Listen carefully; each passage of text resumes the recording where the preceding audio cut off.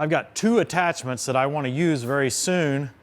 It's too cold outside, quite frankly, to use them today, and too nasty as well. So what I'm going to do instead is get them out of the box, talk about them a little bit, and I've actually got a third attachment that's crated up here as well. We'll see what's in that crate.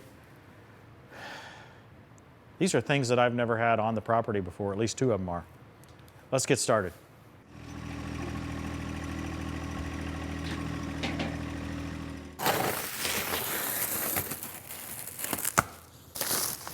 What do you think, Iz? You gonna help me open it here? Izzy wants to be where the action is. Yeah, he's trying to help. But they have scratched and scratched on this, trying to get it open as it is. Izzy, I think you're gonna lose your seat. Because we don't... Oh, there's actual board. Look at that. Yep. A couple of pieces of board. Wow. All these attachments came from tractorbasics.com. They sent them to us so we can try them out. The board wasn't quite enough, was it? Well, there we go. They still poked through. A core aerator. Yep. A plugger. We kind of need this. Our yard's not in great shape. Yeah, some of that area out there on the hump, I think, just is too hard, right? We never got it dug up that fall. Well, that Sorry, was you good. were pinching my fingers, and so Sorry. I was kind of rebelling against that a little bit. Yeah, I bet. Can you go get the tin snipes? Will I get the tin snipe? You're still making fun of me because that's how I label the drawer. Yep. Rather than fixing the misspelling, I just keep calling them snipes. Because that's how she labeled it. S-N-I-P-E-S. Look, buddy, at least I'm trying to help by labeling your... You found them. Yes. Whatever they're called. Yeah. Now. Well, quite frankly, it doesn't look like there's a lot of assembly required, if any. No, this looks like where it goes into the quick hitch. Yeah, is this for a 1025R? How much does that thing weigh? Well, how much it weighs is one thing, but how much it takes to turn it over is another. I don't want to roll it over on my toes. Yeah, here. So put your toes under there. I don't want mine under there. I'm not going to put my toes under there. Oh, good idea. Let's see if we can keep it on the pallet. Yeah. Okay, here we go.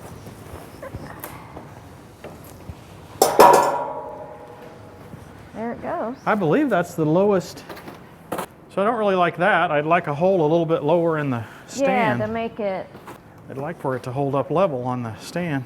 Man, this looks big for a little tractor. It does. Pretty straightforward though.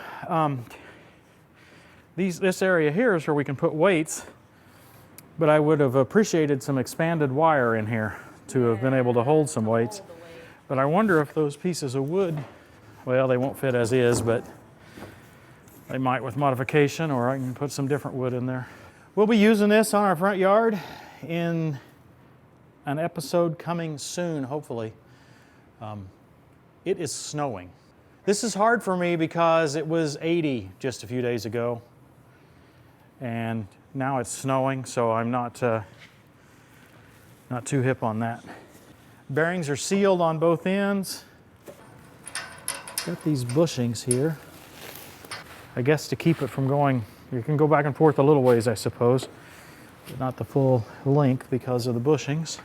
There's no top pin provided here unless I've missed a hardware bag. So if you order one, make sure you bring your own top link pin. Pretty straightforward. All of the, I don't know, spikes are replaceable. So they're simply bolted on. I think this is going to be easy enough. Just wish we could do it today.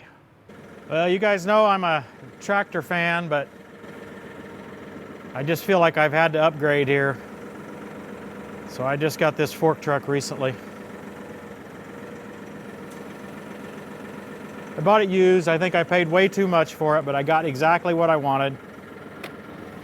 I got the fork spreaders, fork positioners, I think as they're called, and the, I don't know, the left-right adjustment, whatever that's called as well. And I got a diesel, which they don't even make right now. It's supposed to have about 2,000 hours on it. The hour meter says 1157. I think the prior one had gone bad, so who knows, it may have 10,000 hours on it, I don't know. It doesn't feel new, but it runs smooth, and hopefully it'll be good enough for me. Quiz question. What attachment is relatively inexpensive?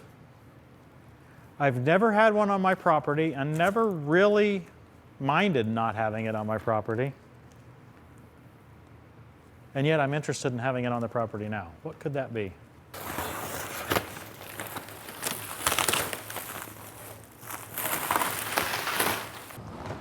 This is like Christmas for you. Yeah, every day's Christmas Day on Tractor Time with Tim. That's right, a disc.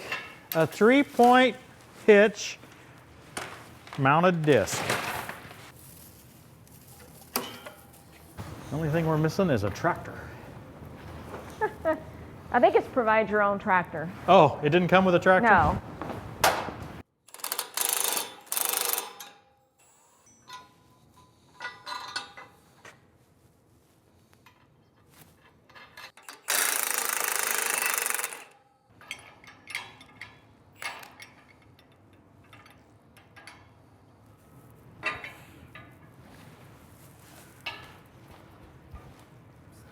This is a good way to get your fingers pinched. So. Yeah. It needs to go down a bit. Yeah, I know it, but.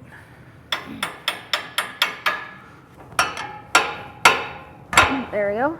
Well, I may have put it in too far. No, guess not.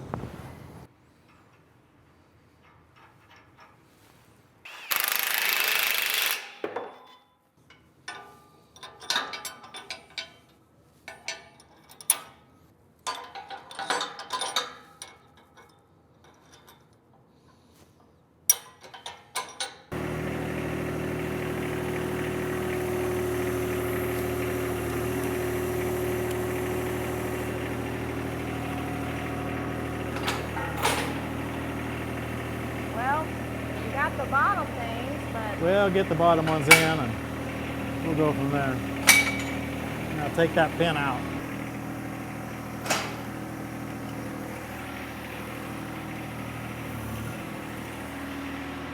Well, it does not fit in the stock hole of the eye match.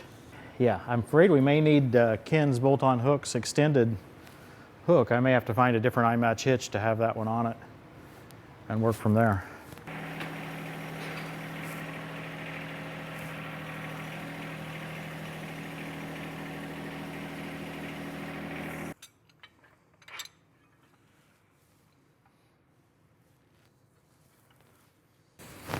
Okay, I'll hold them right up here next to me and you can see the difference in these hooks.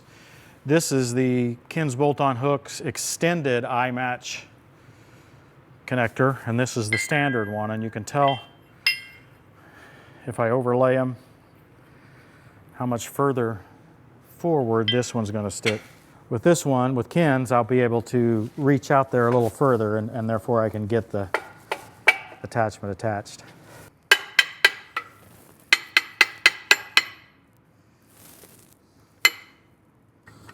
Now I'm still going to try this Otis Innovations, I don't know, multi-purpose stand here.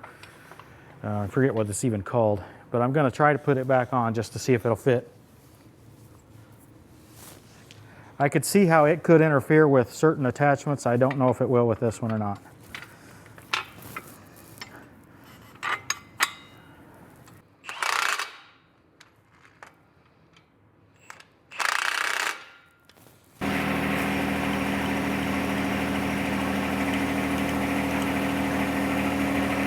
Is there a, was there, no, there wasn't a bushing, was there? No. You're going to miss it. You need to come back or tilt your hydraulic top link back some. Well, I'm hitting, right? Oh. Okay, now you can come up. Looks like.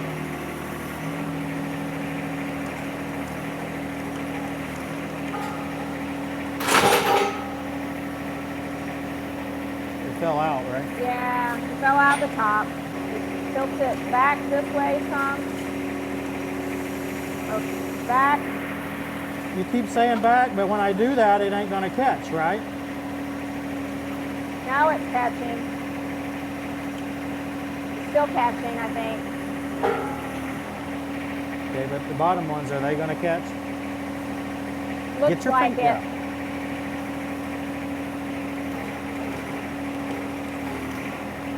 Huh. Okay, it's hitting on the Otis Innovation bracket now.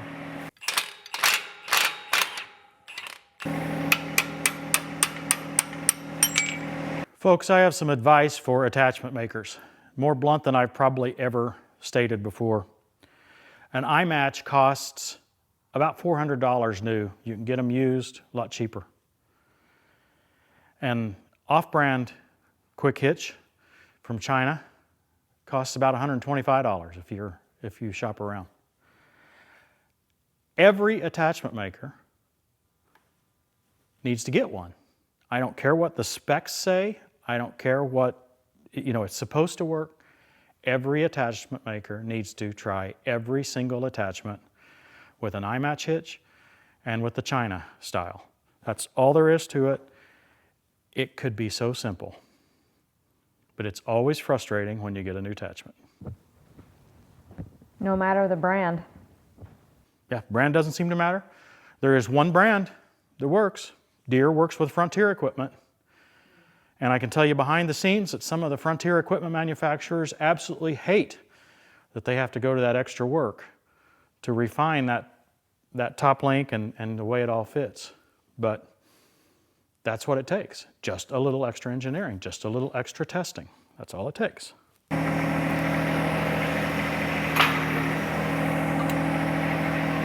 I think maybe if we force these brackets here on the inside, force these others out even wider, okay, we might be able to get it to fit around here. This is a royal pain. Some of you are going to say, well, of course those should go on the inside. Look how they're bowed out. Yeah, but it's getting these two apart any further is going to be a big challenge. They're under strain to be that far apart. You can tell this bushing is in there tight.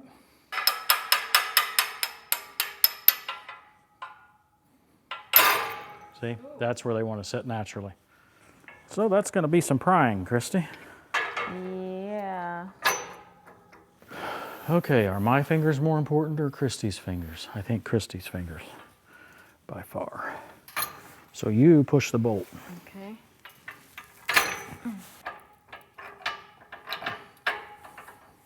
That. Hold it, get your fingers out of there. It's going to be my fingers, not yours. Okay, got that far? Yeah. Oh, the bushing has slipped.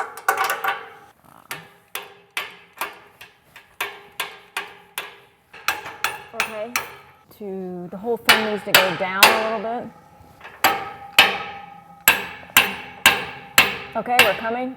A couple more times like that, maybe. There we go. It's showing, but it still needs some whack.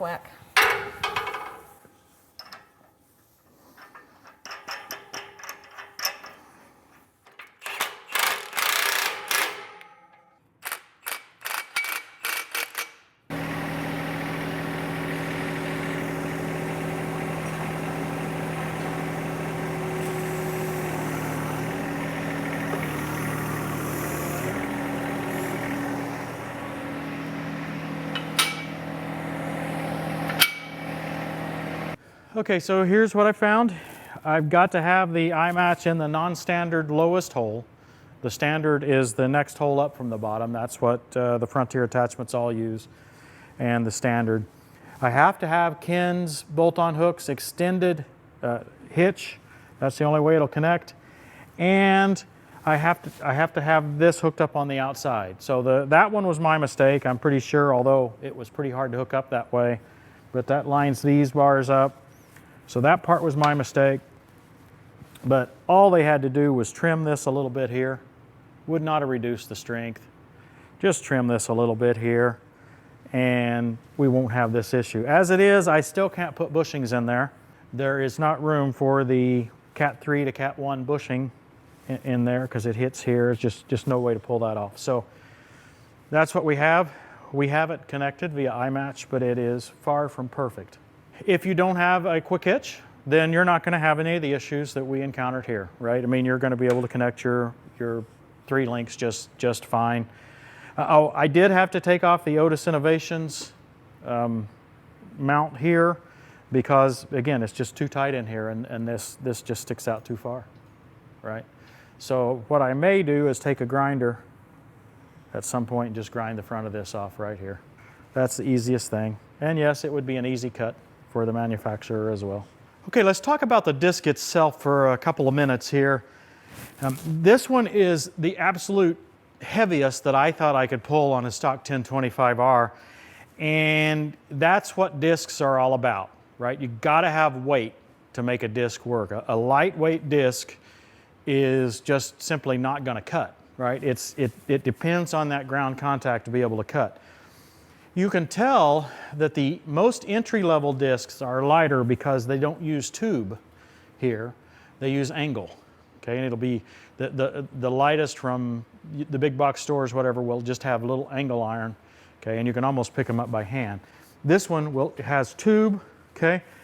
This one has 18-inch notched blades, and you can see that I've barely got it picked up off the ground, okay. It is not very far off the ground, and that's with a hydraulic top link so that I can kind of pull it forward and help a little bit. So we're really right at the edge of what we can do with a 1025R just from the lifting capabilities. It can just barely lift it to full height. It can lift it. Again, this thing's totally stock. It can lift it, but it's very, very close. This is referred to as a tandem disc harrow. Tandem meaning you have the front gangs and the rear gangs, right? The front gangs are angled outward and they push the soil outward. The rear gangs then grab that soil and they bring it back in. We have 4 disc blades per gang, right? So 4 throwing it out and then these 4 pulling it in. Each gang is adjustable in and out. And I believe I'm going to have to adjust this rear gang out because you need to catch all of that dirt that gets thrown by the front gang by the rear. And I see that these rear discs are very close together here and that will kind of choke up. So you have to adjust these in and out so that they don't leave a hump in the middle, right? Get them far enough apart that they'll throw just the right amount into the middle. The front gangs you want as close together as you can get without these hubs touching each other. And it looks to me like we've got maybe an inch or so, maybe a ½ inch on each side. I could slide those in. There's 5 adjustments here between a more aggressive cut if you have them angled more or a less aggressive cut if you have them angled less. Now what I've found with a larger disc is that when you have them angled too much for the weight that you have, they'll want to bounce back and forth. It won't stay in the ground nicely. It wants to bounce. But you want them as aggressive as you can have them, but where it'll still stay right behind the tractor, right? You don't want it hopping back and forth. It's got to just sit down and disc. So we'll try that out. Right now we've got it in the middle hole. We'll try that out in that other episode. Now, I may want to run this on a larger tractor, and if so, I may want to add weight to it. So I'll be thinking about how I might be able to add weight if I do try it on a larger tractor. But this first time, we're definitely going to try it on the stock 1025R just to see what we can do. You guys have watched our channel a long time. You know that I really like a rototiller. And so I'm trying a disc here because, well, a lot of folks talk about it, right? They talk about the simplicity of the disc and how it doesn't disturb, doesn't just thrash the soil and tear it up quite as much. And I get that. And on the farm, we always used a big disc, right? A disc was what we always used in our type of land. Some of the further north farmers here, for example, there's no discs. You don't see any disc. All you see is field cultivators, basically the shanks with the cultivator shanks on them. That's all they use here. It's fascinating to me how different soils respond better to different attachments, and that'll be the same in your garden. I want to disc the garden here as soon as possible because I don't want the weeds to get out of control. It's still March, snowing outside as we've been saying, but I don't want the weeds to get out of control so that I have a bunch of weeds to deal with before actual planting season. We can't plant at least till early April, and even then it's kind of questionable. I've had some corn frozen that was planted in early April. So we'll see how that goes, and we'll see how the weather is. It's supposed to rain in the next week or so. We may not be able to get out, but we will try to disc the garden as soon as possible. Overall, it looks like a tough disc. I just wish they'd have spent a little bit more time on the hitch mechanism, but that's not unusual. That's kind of standard in the industry, especially for these more entry-level attachments. You know, that's why people buy the Frontier stuff at more than double the price probably of this one. So this is meant to be a demonstration of attachments that you can afford, okay? Attachments that will get the job done. And again, it's heavily built, right? There just may not be as much attention to detail on some of the other stuff, right? Hope you guys have enjoyed this. I think I'm gonna skip the other attachment today. I've got a lot of other stuff to do. Thanks for watching, everybody. We'll see you next time on Tractor Time with Tim. Be patient then, brothers and sisters, until the Lord's coming. See how the farmer waits for the land to yield its valuable crop, patiently waiting for the autumn and spring rains. I know. It's a hot tub. No. How come we don't ever get any attachments for me? Well, we got all of Vinny and all of Vinny's attachments for you. What are you guys doing? That's true. Getting in your way. I've never seen you guys be interested when I'm actually cutting stuff open.